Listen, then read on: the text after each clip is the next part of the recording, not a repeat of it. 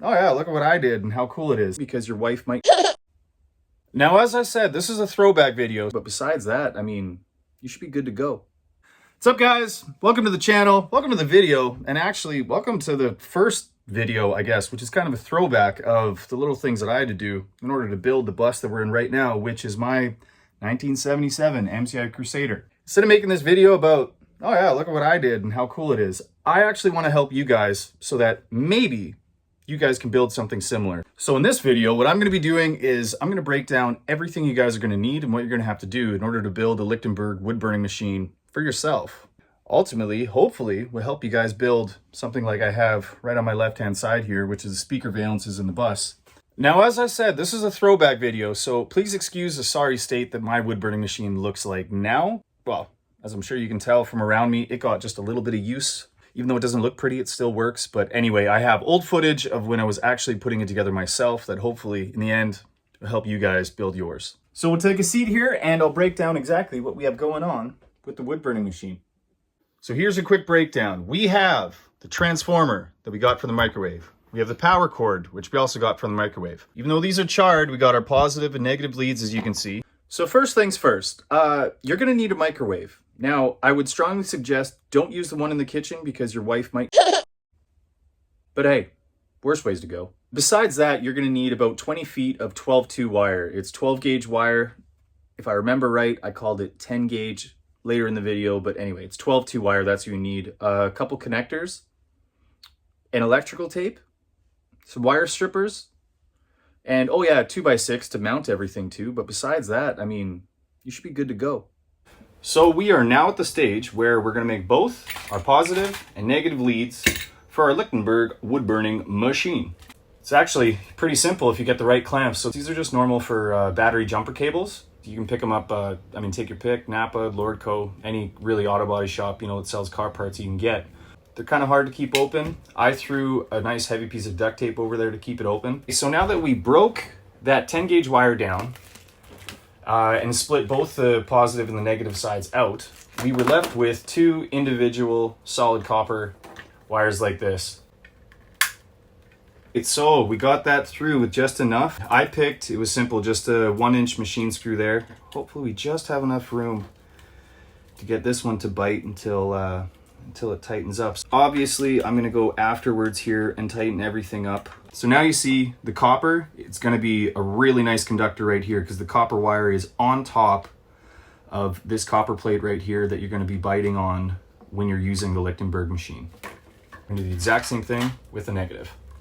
Now I kind of went a little overboard on this one. I not only stripped the wires apart, I actually split that sheath in half, rewrapped the sheath around both the positive and the negative leads, then wrapped in electrical tape, super good insulated. Now that these are nice and tight, it's time to break up the solder. So now we're gonna move on to this work, to this absolute beauty right here, which we picked up for the amazing price of $9.99 at your local Salvation Army. The microwave that I decided to pick, besides, yeah, it looks pretty. This one had the highest amount of watts on the back. I figured since we're doing, like I said, a lot of burning, like these valences up here, as well as the ones over here on top of where the TV is. There's also two more valences in the back over there that we're going to be burning. So I wanted nice deep burns. So I figured, more watts, more amps, more volts, the better. Now, how dope is this? It's a used microwave, but while I was about to throw this stuff out, we even got the owner's manual from General Electric. So that, along with everything else besides the transformer, gets to go in the garbage. After tearing apart that beautiful chrome microwave, these are the parts that you're going to be left with and that you need. It is the transformer. As you can see, danger high voltage. This is what is going to be putting all those nice burns through the wood. So a little surprise when you pull the transformer out of the microwave is actually just how heavy it's actually going to be. You might not expect it. This is just a whole ton of copper wire that's wound all together. This is where it can get a little dangerous. Even though the microwave is completely unplugged, you can get a shock, but I just left the capacitor connected to show you exactly what wires are what. So yeah, there's no surprises when you pull your own microwave apart. As you'll see on the backside of the coil, there's 3 wires coming outside. You have the smaller coil up top with this 1 wire, and then in the middle, you'll have your two wires coming together, and then one of those goes into the capacitor. These two wires that are down in the middle coil right there, they're going to be clipped, they're going to be capped, and they're not going to be used. The only wire that's going to be used on this side is this top wire. You're going to clip that, and then you're going to get some solder out, and that's what's going to be connected to your positive lead that we have waiting over there. So now that the capacitor is completely disconnected, and we have our one lead wire waiting here like an antenna, we're going to flip the transformer around, and we'll break down this side. You can see where the power is going to actually be coming into the transformer. So you have your two prongs right here. Obviously, everything's still nice and color coordinated. This wire right here is actually not going to be used at all, so you can cap this wire. The only ones you're going to be using is white and black right here, the power in. And you're going to be also sanding away the base right here to make sure this is a good ground. So when you use the power wire right here, same, white to white, black to black, and your ground right here, we're actually going to connect one of these right here, and then with another machine screw and a locking washer, that's going to be connected down here. And also what's going here is the ground on that lead, and that's going to be going out to where we're burning the wood.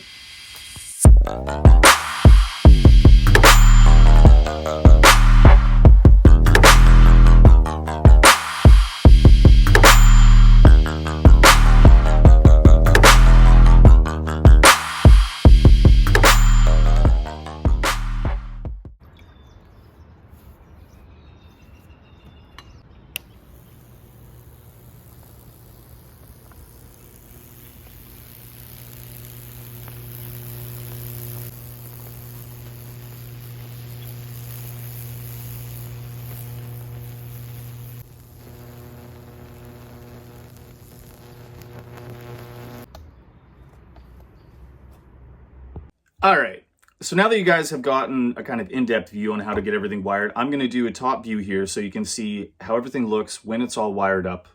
Now, starting with the power cable at the back, the white goes with white, black goes with black on the back of the transformer, this brown, or if it's another colored wire, that's not used, but it's just white and black. Now your neutral, that's going to be coming to the base of the transformer here, and that's grounded off, as well as your black lead. I secured it to the 2x6 like this, and that lead is what takes off to be your negative over there.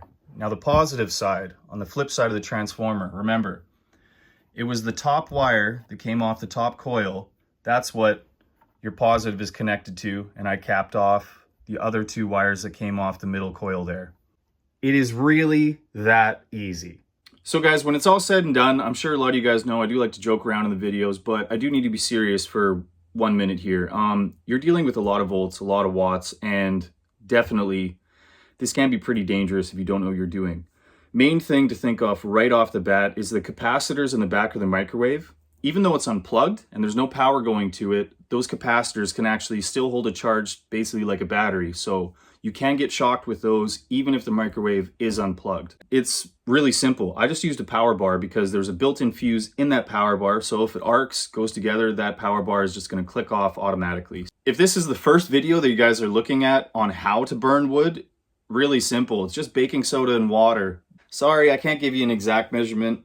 I mean, I had the box, I'm not gonna lie. You have the water and a paintbrush, just mix some baking soda in there, spin her around, and then yeah, I get that on the wood. One more tip as far as the wood. When you soak it with the water and the baking soda, it does help when it soaks in, you know, maybe a couple mils down into the wood, because obviously the electricity will follow the path of least resistance. And if you want really nice deep burns, it helps when the water is kind of leached into the wood a bit to get that done. Any questions that you guys have, please feel free, fire them off in the comments. You guys send me so much of the projects that you do for my little help videos, and I love seeing that. So anyways, much love. Let me know if it works. Peace.